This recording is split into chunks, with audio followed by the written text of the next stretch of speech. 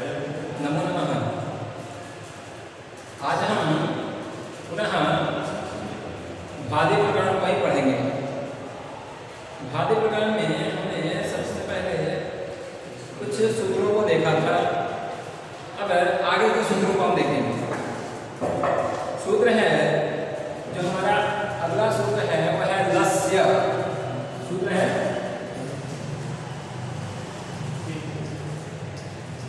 लस्य। सूत्र है लस्य। यह इसका क्रम दिए है, अष्टाध्यायी क्रम दिया है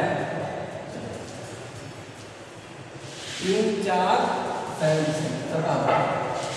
तीसरे अध्याय के चौथे पाद का 77 नंबर सूत्र है ये। अब यह सूत्र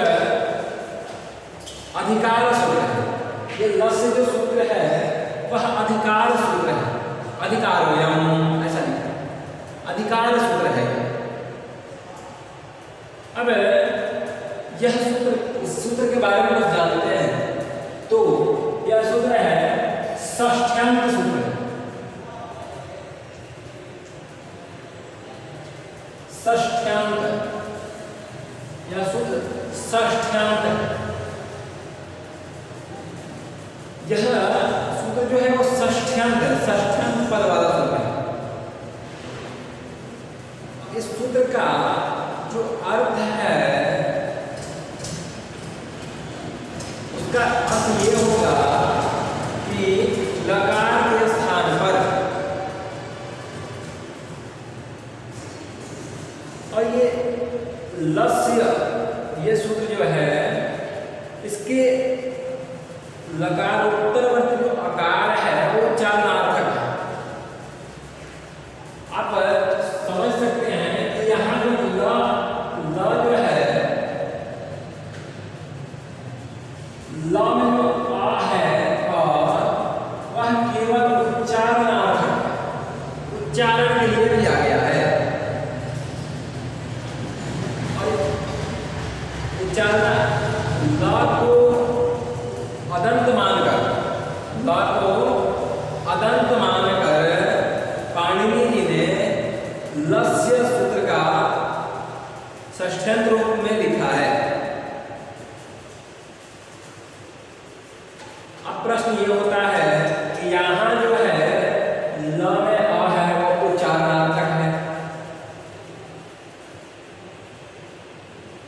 परंतु हमने गत कक्षा में पढ़ा था कि लह कर्मणि च भावे चा कर्मकेभ्यः, लह कर्मणि च भावे चा कर्मकेभ्यः। यहाँ जो लह है, लह इसमें आकार है तो यहाँ क्या उच्चारणार्थक ही है। जैसे लस्य सूत्र में लकार में आकार जो है उच्चारणार्थक है, वैसे ही क्या यहाँ लह कर्मणि च भावे चा कर्मकेभ्यः सूत्र में लकार में आकार है वो उच्चारणार्थक है।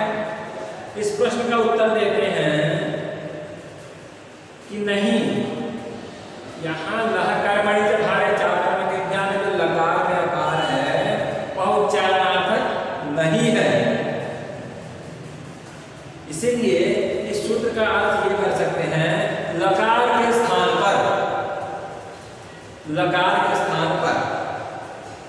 अब इस सूत्र के आगे एक और सूत्र आता है।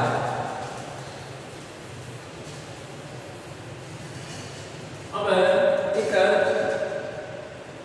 एक और सूत्र आता है टिप तस झी। टिप तस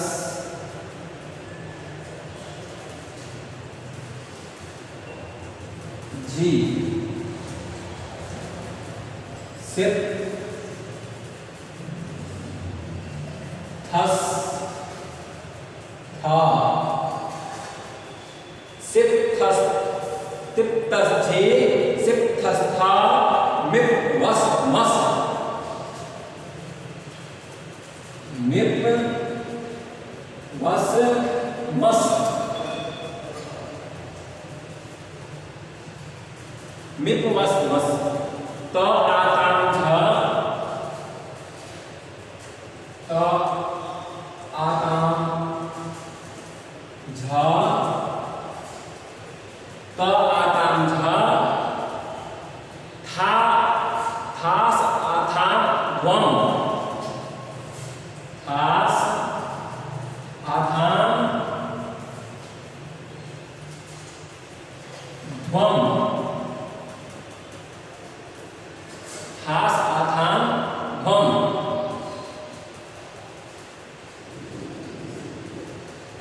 इत वही महीन, इत इत वही महीन, वही महीन।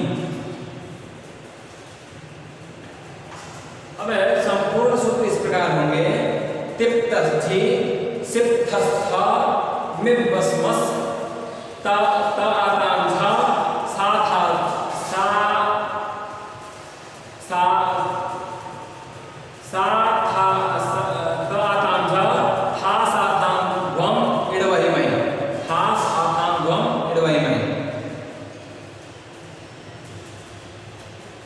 अब इसके बारे में लिखा है एते अष्टादश लादेशाः स्युः। इसको हम 18 जो है या 18 इसको हम लादेश बोलते हैं, लादेश।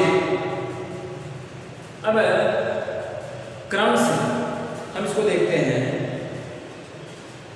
तो एक बार इसका समास विग्रह हम करें तो होगा तिप्च तश्च, तिप्च तश्च, झिश्च, तिप्च तिप्च तश्च झिश्च, सिप्च थश्च थश्च, मिप्च वश्च मश्च तश्च आताञ्च, झश्च थाश्च आथाञ्च, ध्वञ्च इच्च वहिञ्च महिञ्च।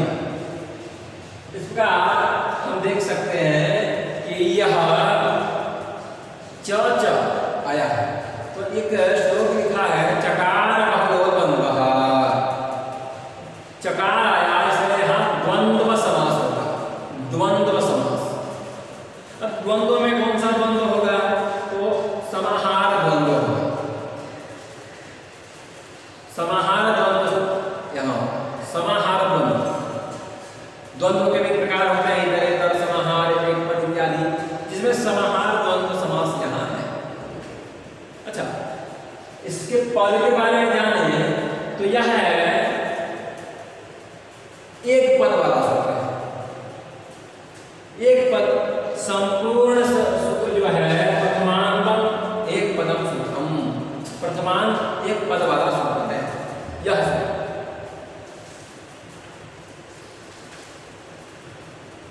चलिए अब इस सूत्र का सरल अर्थ हम देखें तो कहते हैं कि लकार के स्थान पर, लकार जो होता है इत्युक्ते वर्तमाने लट, लट के स्थान पर,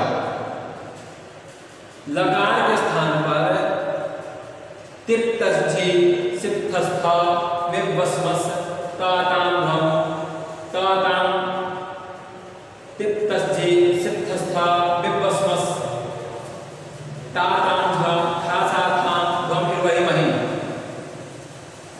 ये आदेश होते हैं, या 18 आदेश होते हैं। तो हमारे मन में प्रश्न होता है कि एक स्थान पे 18 आदेश कैसे होंगे?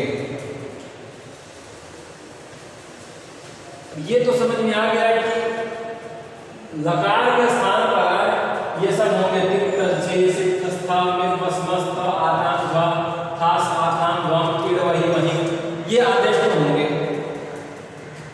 परंतु कहाँ कौन होगा इस विषय में हम चर्चा करेंगे आगामी समय।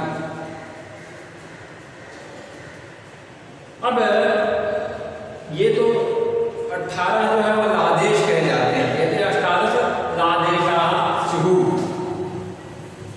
इसको हम लादेश नाम से जानते हैं और लकार के स्थान पर ये आते हैं। अब हम आगे देखते हैं तो आगे वाला जो सूत्र है वह है लहा परस्मै पदम, लहा परस्मै पदम, लहा परस्मै पदम, यह सूत्र है। इसका क्रम जो है 1 4 99, नहीं कि नहीं, यह ये जो क्रम है अष्टाध्यायी का क्रम है। और वैयाकरण सिद्धांत कौमुदी का क्रम अगर हम देखते हैं तो इसका होगा 2155, ये व्याकरण सिद्धांत कौमुदी का क्रम है।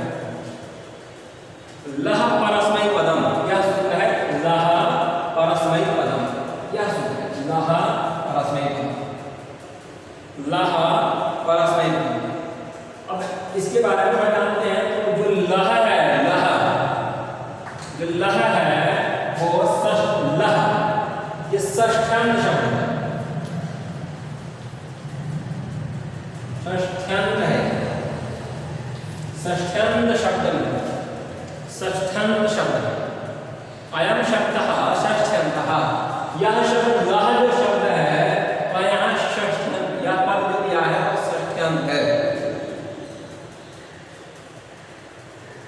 अब लह परस्मै पदम, इस विषय में देखें तो ये प्रथमांत शब्द है, प्रथमांत। अब एक जो पद है वो षष्ठ्यंत है, द्वितीय जो पद है वो प्रथमांत। इस प्रकार ये 2 पदों वाला सूत्र हो गया, लह षष्ठ्यंत परस्मै पदम प्रथमांत।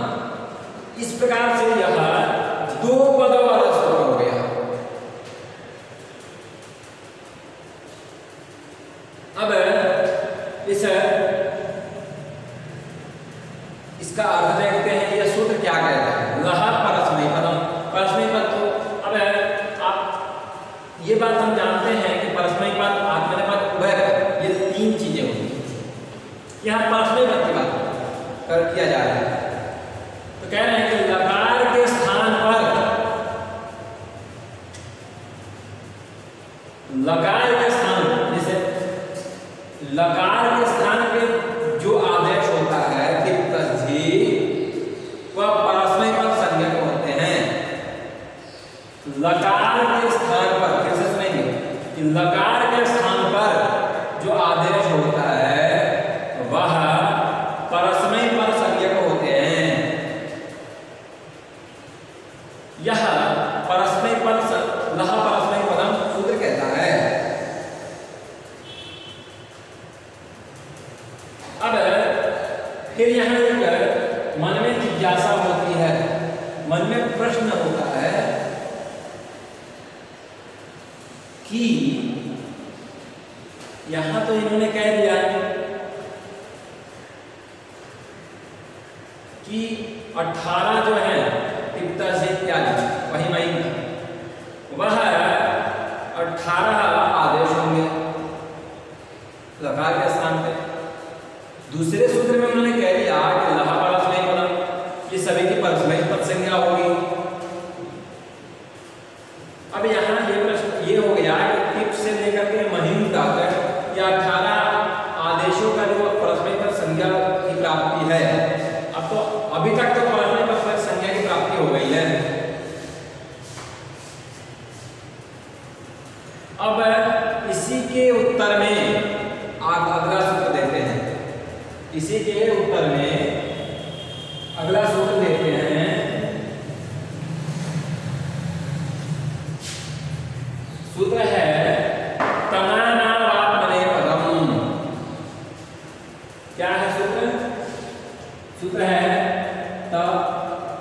तंगा तंगाना तंगाना आत्मनेपदम तंगाना आत्मनेपदम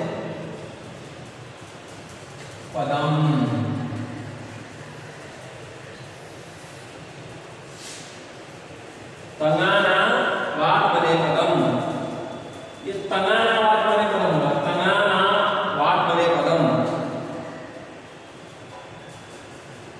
इसका क्रम होगा अष्टाध्यायी में 1 4 100 शतम या अष्टाध्यायी का क्रम और सिद्धांत कौमुदी का क्रम होगा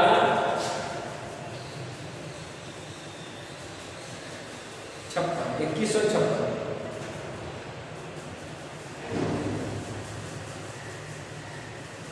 अब इसकी वृत्ति में लिखी गई है वृत्ति वार्तिककार और रुचि में लिखा है कात्यायन ने तंग प्रत्याहार शानच कानचौ चैतक संज्ञाः स्युः पूर्व संज्ञा अपवादः ये बात है पूर्व संज्ञा अपवादः पहले संज्ञा का अपवाद है।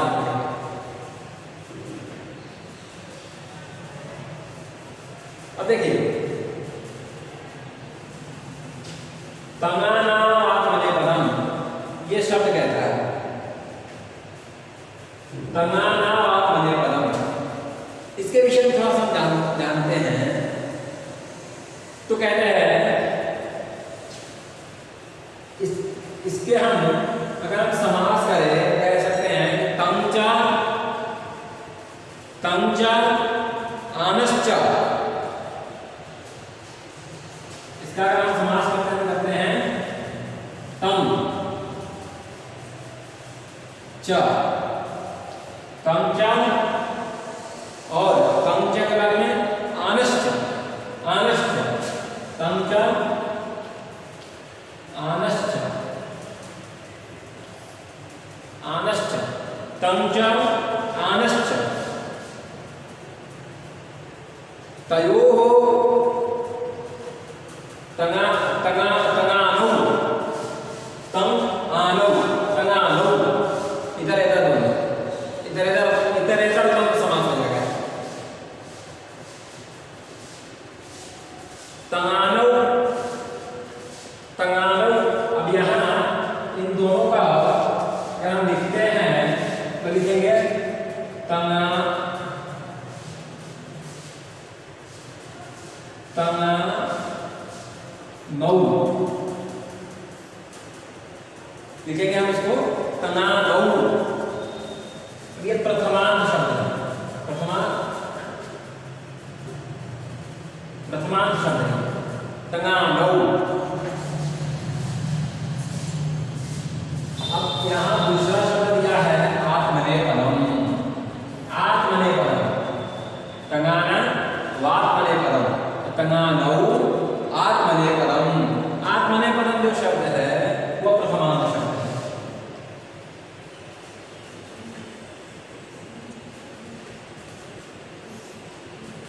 ये प्रथमांत शब्द ये भी है और प्रथमांत शब्द ये भी है। प्रथमा द्विवचन का है ये प्रथमांत शब्द आत्मनेपदम तंगाना वात्मनेपदम। ये अब ये जो आपने देखा कि तंगानो आत्मनेपदम ये जो है वो दो पद वाला सूत्र है दो पद वाला सूत्र हो गया इसमें दो पद है तंगानो आत्मनेपदम ये दो पद वाला सूत्र है। अब इसका अर्थ देखते हैं सरल अर्थ कहते हैं सूत्र का अर्थ लकार के स्थान पर आदेश के रूप में प्राप्त तंग प्रत्याहार और शानच कानच प्रत्यय की आत्मनेपद संज्ञा होगी। ये कहते हैं कि लकार के स्थान पर आदेश रूप में प्राप्त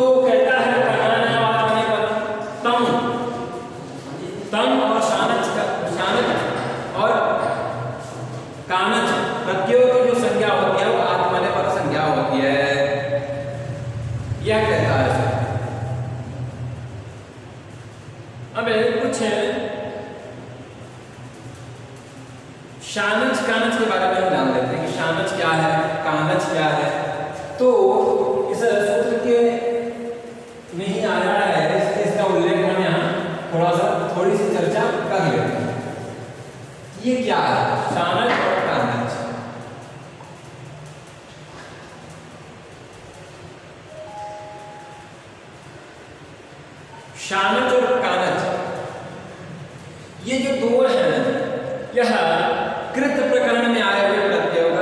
एक कृत प्रत्यय में आए हुए कुछ कृत कृत शानच कानच, शानच कानच का ये दो कृत प्रत्यय में होने वाले प्रत्ययों का ग्रहण है, शानच और कानच। अब एक दिया है कि लटः क्षत्रे शानचा चाव प्रथमा समानाधिकरणे,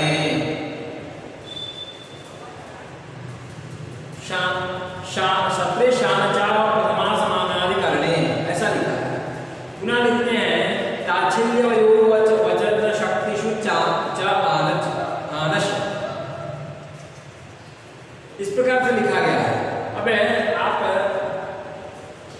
अभी हमने पढ़ा एक तंगानावाद में प्रथम सूत्र है, उसमें एक पूर्व संज्ञा का बाधा ऐसा शब्द दे दिया, वार्तिक में लिखा था पूर्व संज्ञा का बाधा। ये क्यों दिया भाई, इसके विषय में थोड़ा जानते हैं। तो कहते हैं कि यह सूत्र लह परस्मै पदम का अपवाद सूत्र, क्योंकि उन्होंने तो परस्मै पद संज्ञा कर दी, उसी का अपवाद सूत्र यह है तंगानावाद में पदम। जब लह परस्मै पदम जो सूत्र हमने पढ़ा था, उसमें उन्होंने 18 जो प्रत्याहार थे, जो भी हमारे 18 प्रत्यय थे, उसका उन्होंने परस्मै पद संज्ञा कर दिया।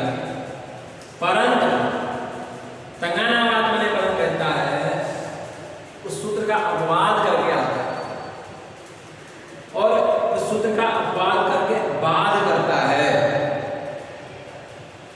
कहता है कि नौ जो है, नौ वो परस्मै पद संज्ञा और नौ जो है आत्मनेपद संज्ञा होंगे।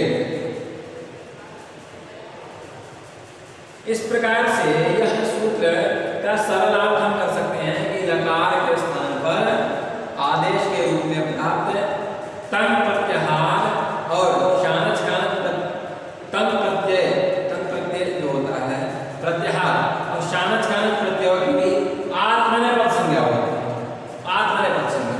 और यह सूत्र जो है वो पूर्व सूत्र का अपवाद है, इत्युक्ते लह परस्मै पदम जो सूत्र है उसका अपवाद सूत्र यह है। अब एक सूत्र और देखते हैं, अनुदात अनित आत्मनेपदम।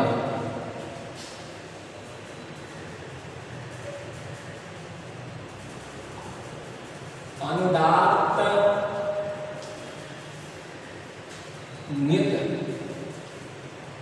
आत्मनेपदम,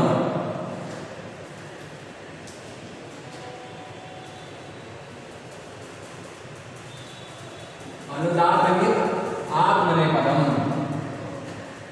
इसका क्रम अष्टाध्यायी में, यह अष्टाध्यायी क्रम और सिद्धांत वैयाकरण सिद्धांत कौमुदी का क्रम है।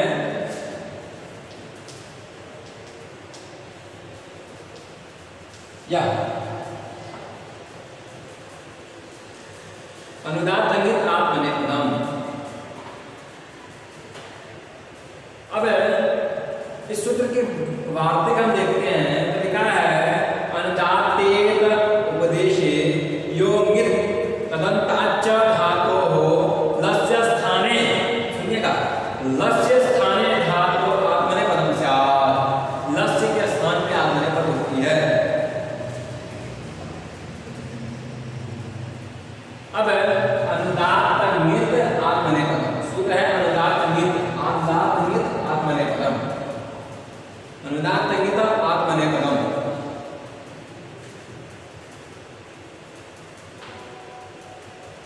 अब इस सूत्र को थोड़ा सा हम देखते हैं तो लिखता है अनुदात नितः आत्मनेपद। तो ये जो अनुदात नितः है यह पंचम्यंत शब्द है, पंचम्यंत शब्द,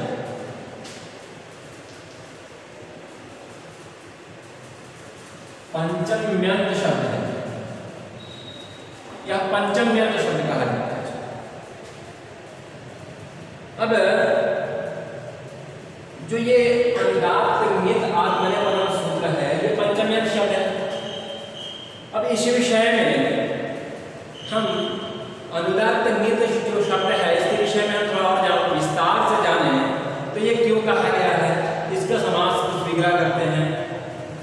तो लिखा है अनुदातश्च च अनुदात कणौ अनुदातश्च च अनुदात कणौ तौ इतौ यस्य स अनुदात कंगित तस्मात् पंचमी होता है तस्मात् अनुदात कंगितः।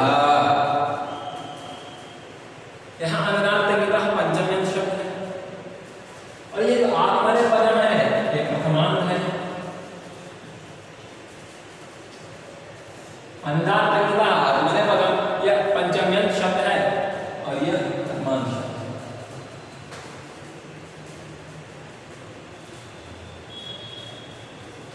अब यह आप स्पष्ट देख सकते हैं कि यह दो पदों वाला सूत्र है, यह दो पदों वाला सूत्र है, इसमें दो पद है अनुदात कंगितः आत्मनेपदम, ये दो पदों वाला सूत्र है। अब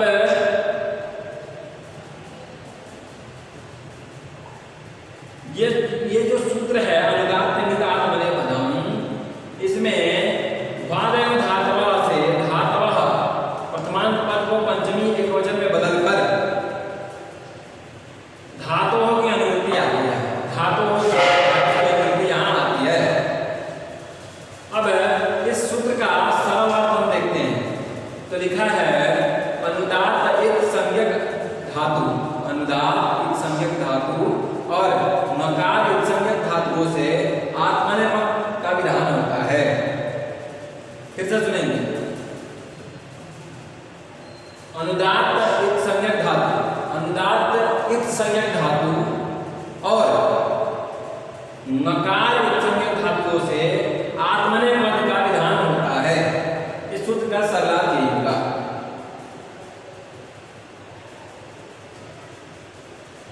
कहने का तात्पर्य है कि अनुदात एक संज्ञक धातु जिसमें अनुदात की संज्ञा हुई हो ऐसे धातु और नकार की संज्ञा जिसमें हुई हो ऐसे धातुओं की आत्मनेपद संज्ञा होती है।